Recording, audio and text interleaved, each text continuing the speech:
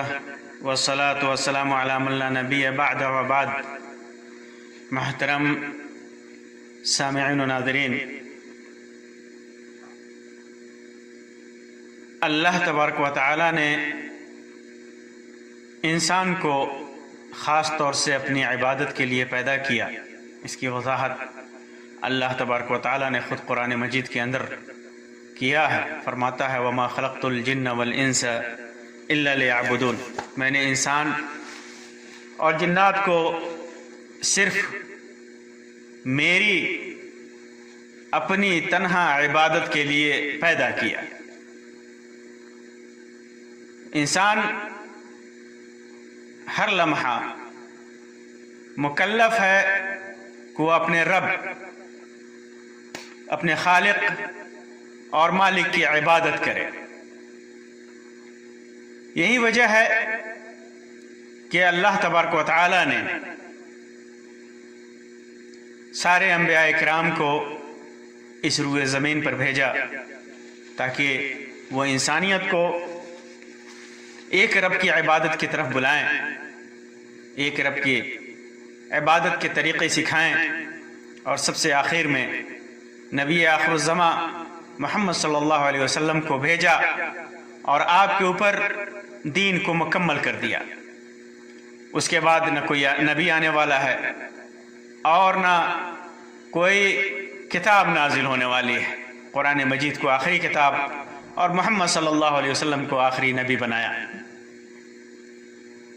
इंसान जो इबादतें करता है अल्लाह तबारक व तआला की, जो इबादत और ख़ास तौर से जो मुसलमान करता है, तो उस इबादत में या उन सारी इबादतों में या किसी भी इबादत में इंसान आज़ाद नहीं है, बल्कि इबादतों की कुछ शर्तें हैं, कुछ वाजिबात हैं, कुछ मुतालबात हैं। और ये मालूम है कि इबादत कई तरह की हैं, इबादतें कई तरह की हैं। कुछ इबादतें तो ऐसी हैं जो फ़राइज़ के हुक्म में है, जिनका करना ज़रूरी है। अल्लाह तबारक व तआला ने उनको वाजिब और फ़र्ज़ कर रखा है। नमाज है, रोज़ा है, हज है, ज़कात है। ये इबादतें ऐसी हैं जिनका करना इंसान के ऊपर फ़र्ज़ है, वाजिब है। और इसी कबील से वालिदैन की अताअत है, नबी अकरम सल्लल्लाहु अलैहि वसल्लम की मुताबअत है, अल्लाह के रसूल सल्लल्लाहु अलैहि वसल्लम से मोहब्बत है। ये इबादतें,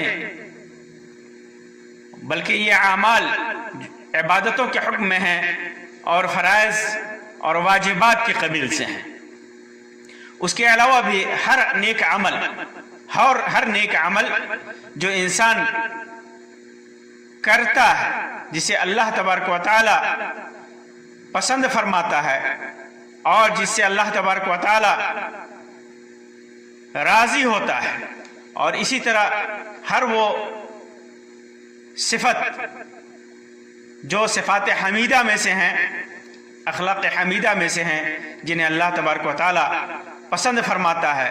इसी तरह अल्लाह और रसूल की मोहब्बत है, सालिहीन की मोहब्बत है, और लोगों के साथ अच्छे अखलाक से पेश आना। इंसान जो कुछ भी अमल करता है, नेक अमल करता है, जिससे अल्लाह राज़ी हो, जिससे अल्लाह पसंद करे, वो इबादत के दर्जे में है, इबादत के मकाम में है। इसी वजह से अल्लाह तबारक व तआला ने इरशाद फरमाया, कुल इन्ना सलाती व नुसुकी व महयाया व ममाती लिल्लाहि रब्बिल आलमीन। कह दीजिए कि मेरी नमाज, मेरी कुर्बानी, मेरा जीना, मेरा मरना सब अल्लाह तबारक व तआला के लिए है, सब अल्लाह तबारक व तआला के लिए है। हर चीज़ में खुश अल्लाह तबारक व तआला को करना है, अल्लाह तबारक व तआला के हुक्म की बजावरी करनी है, ला शरीक लहू।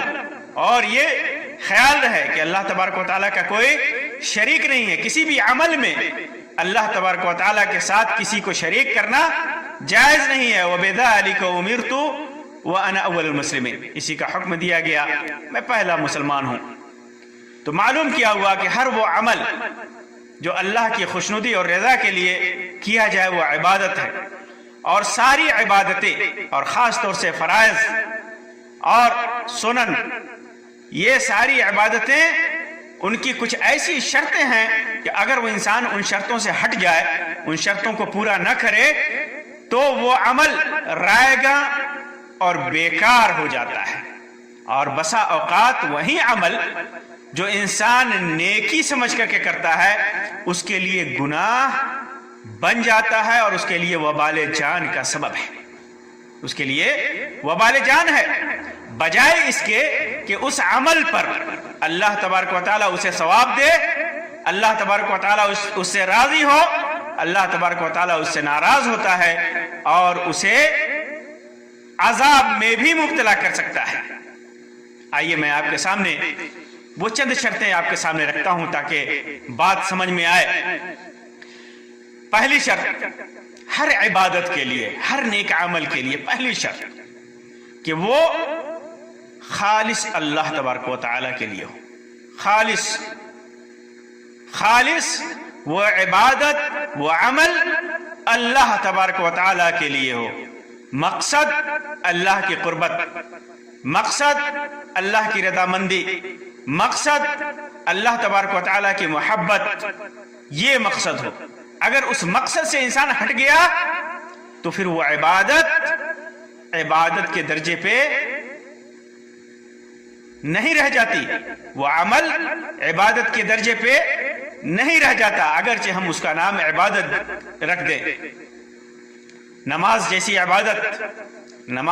इबादत अगर खालिस अल्लाह के लिए नहीं है, दुनिया तलबी के लिए है, रियाकारी के लिए है, तो उसका नमाज नाम तो है, सलात उसका नाम तो है, उसे नमाज कहा तो जाएगा, लेकिन वो सवाब के बजाय गुनाह और अजाब का सबब है।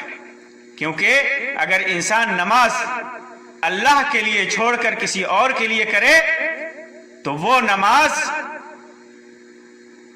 के अंदर इंसान उस नमाज के अंदर रियाकारी करता है, और रियाकारी शिर्क है, और शिर्क की सजा अल्लाह तबारक व तआला के यहाँ मुतअय्यन है। इसी तरह ज़कात है, रोज़ा है, हज है, उम्रे हैं और दीगर इबादतें हैं, सजदा है, रुकू है, खौफ है, डरना है, उम्मीद है, दुआ है, जो भी इबादतें हैं, अगर वो अल्लाह तबारक व तआला से हटकर किसी और मकसद के लिए किया जाए, या किसी और के लिए किया जाए, या किसी और से किया जाए, तो वो शिर्क है।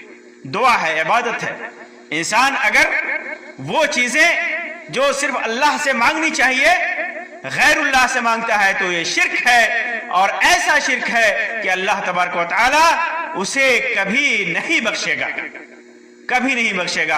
अल्लाह तबारक व तआला वाज़ेह तौर पर इरशाद फरमाता है कि अल्लाह तबारक व तआला ला यग़फ़िरु अन युशरक बिही, उसके साथ शिर्क किया जाए कभी नहीं बख्शेगा, हरगिज नहीं बख्शेगा।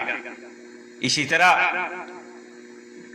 खौफ जो अल्लाह से होना चाहिए, डर जो अल्लाह से होना चाहिए वो गैरुल्लाह से हो, तो फिर इंसान मुशरिक हो जाता है। तो अमल के लिए पहली शर्त है कि वो सिर्फ अल्लाह के लिए हो, दिखावे के लिए ना हो, रियाकारी के लिए ना हो, गैरुल्लाह के लिए ना हो, फरिश्तों के लिए ना हो, अंबिया के लिए ना हो, वलियों के लिए ना हो, बुजुर्गों के लिए ना हो, पत्थरों के लिए ना हो, दरख्तों के लिए ना हो, मूर्तियों के लिए ना हो, किसी के लिए ना हो।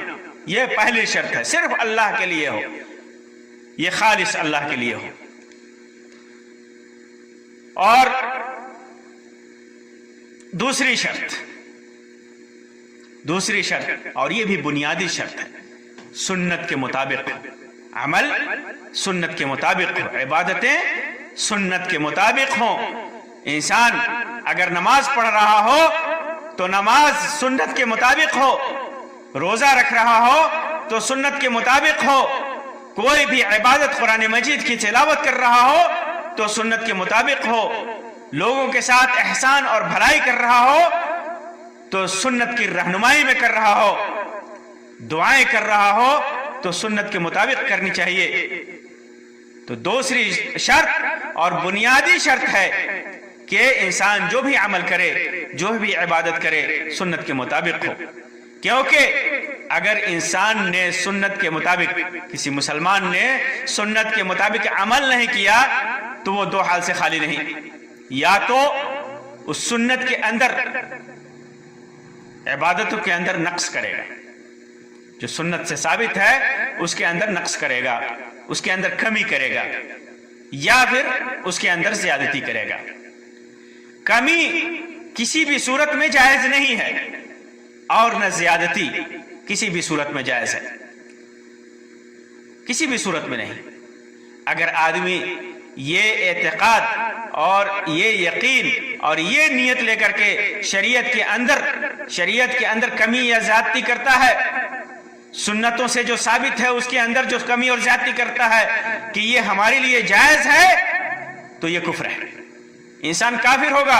क्योंकि अल्लाह तबारक व तआला ने इरशाद फरमाया, अल-यौम अकमलतु लकुम दीनकुम, आज के दिन मैंने तुम्हारे लिए तुम्हारे दीन को मुकम्मल कर दिया है। तो जो दीन मुकम्मल हो चुका है, जो शरीयत मुकम्मल हो चुकी है, उसके अंदर इंसान कमी और ज्यादती का अकीदा रखे, कमी और ज्यादती को जायज समझे, तो वह इंसान मोमिन नहीं, वो खुल्लम खुल्ला काफिर है, वो खुल्लम खुल्ला काफिर है। उसके सारे अमाल बर्बाद हैं, उसके सारे अमाल बर्बाद हैं, क्योंकि दीन मुकम्मल हो चुका है, किसी भी कमी और ज्यादती की गुंजाइश उसके अंदर नहीं है। और अगर आदमी इस्तेहसानन, यानी उसको सवाब की नियत समझ करके कर रहा है, खासतौर से ज्यादती कर रहा है, सुन्नत पे ज्यादती, जो अमल सुन्नत से साबित नहीं, जो इबादत सुन्नत से साबित नहीं, जो दुआएं सुन्नत से साबित नहीं, सुन्नत की हुदूद से वो निकल जाए, जो नमाज सुन्नत से साबित नहीं, जो भी अमल है अगर सुन्नत से साबित नहीं, अगर उसको अच्छा समझ करके कर रहा है तो वो मुब्तदिअ है, वो बिदअती है, उसने दीन में नई चीजें इजाद की है। ये भी अल-यौम अकमलतु लकुम दीनकुम के खिलाफ है। और अल्लाह के रसूल सल्लल्लाहु अलैहि वसल्लम ने इन्हीं चीजों से उम्मत को डराया है और उम्मत को आगाह किया है और ऐसा करने वाले की मजम्मत की है। अल्लाह के रसूल सल्लल्लाहु अलैहि वसल्लम ने इरशाद फरमाया, मन आमिला अमलन लैसा अलैहि अमरुना फहुव रद्दुन, जिसने कोई ऐसा अमल किया जिस पर हमारा मामला नहीं है, हमारी सुन्नत नहीं है, हमारा तरीका नहीं है, तो वो रद्द है, वो मरदूद है। इसी तरह आपने फरमाया, मन अहदथ फी अमरिना हादा मा लैसा मिनहु फहुव रद्दुन, जिसने हमारी शरीयत में, हमारी इस दीन में जो दीन नहीं है, जो शरीयत नहीं है, जो सुन्नत से साबित नहीं है, अगर किसी ने ऐसी चीज इजाद की तो वो बिदअत है, वो मरदूद है। इसी तरह अल्लाह के रसूल सल्लल्लाहु अलैहि वसल्लम ने फरमाया, व इय्याकुम व मुहदसातिल उमूर फइन्न कुल्ल मुहदसतिन बिदअह व कुल्ल बिदअतिन दलाला, के दीन में नई चीजें इजाद करने से बचो, क्योंकि हर नई इजाद की हुई चीज बिदअत है और हर बिदअत गुमराही है। कोई बिदअत अच्छी नहीं होती।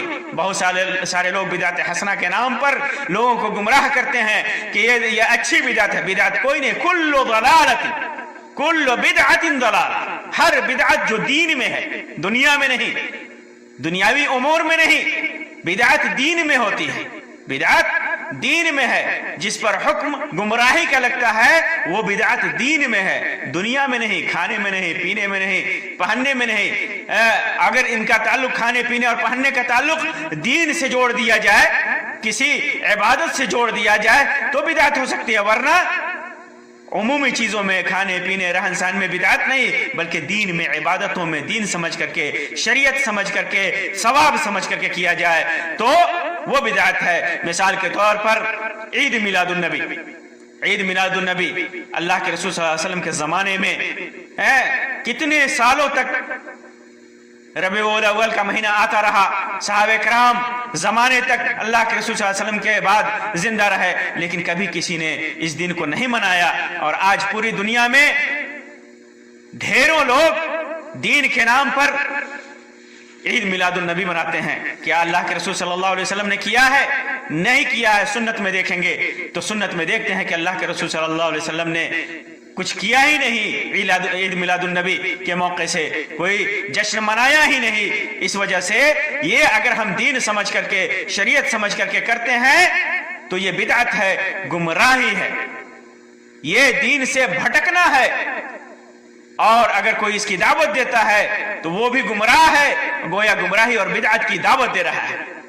تو یہ ایک مثال ہے، میلاد النبی منانے کی ایک مثال ہے کہ یہ کیسے گمراہی ہے۔ بس اس کو پیش کریں گے سنت پر، سنت سے ثابت ہے تو آمنا و صدقنا، سنت سے ثابت ہے تو آمنا و صدقنا، سنت سے ثابت نہیں ہے تو وہ گمراہی ہے، بدعت ہے، اس کا چھوڑنا ضروری ہے۔ اگر نہیں چھوڑا تو تیار رہے، قیامت کے دن اللہ کے رسول صلی اللہ علیہ وسلم اور اللہ تبارک و تعالیٰ کے فرشتے اسے حوض کوثر سے دھتکاریں گے، اور اگر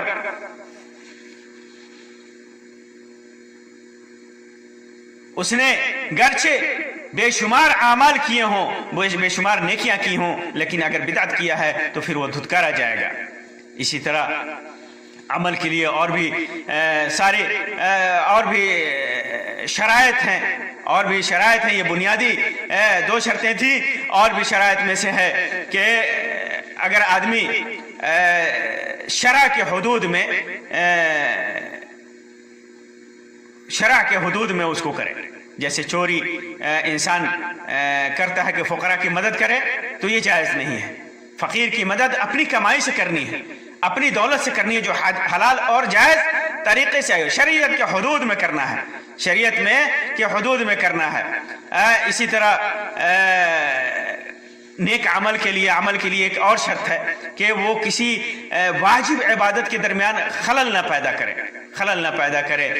مثال کے طور پر آدمی کوئی کام کرنے کے لیے نماز چھوڑ دے، فرض نمازیں چھوڑ دے، یا کسی کام کے کرنے کے لیے روزے چھوڑ دے، مستحب کام کرنے کے لیے روزے چھوڑ دے تو یہ جائز نہیں ہے، بلکہ روزے رکھ کر کے آدمی مستحب کام کرے، نیک کام کرے، نماز کی ادائیگی کر کے نیک کام کرے۔ بہت سارے لوگ کہتے ہیں نا کہ جیسے آدمی حج نہ کر کے غریب اور فقیر کی مدد کرے، حج نہ کر کے غریب اور فقیر کی مدد کرے تو یہ جائز نہیں ہے، یہ جائز نہیں ہے۔ غریب اور فقیر کی مدد کرنا ایک عبادت ہے، لیکن انسان کے پاس اگر اتنی دولت ہے کہ اس کے اوپر حج واجب ہے، فرض ہے، تو پہلے وہ حج کرے گا، غریب کی بھی مدد کرے گا، حج بھی کرے گا۔ اسی طرح بہت سارے لوگ قربانی کے ایام میں یہ عذر پیش کرتے ہیں کہ قربانی سے زیادہ بہتر ہے کہ آدمی صدقہ کرے، یہ بہتر نہیں ہے۔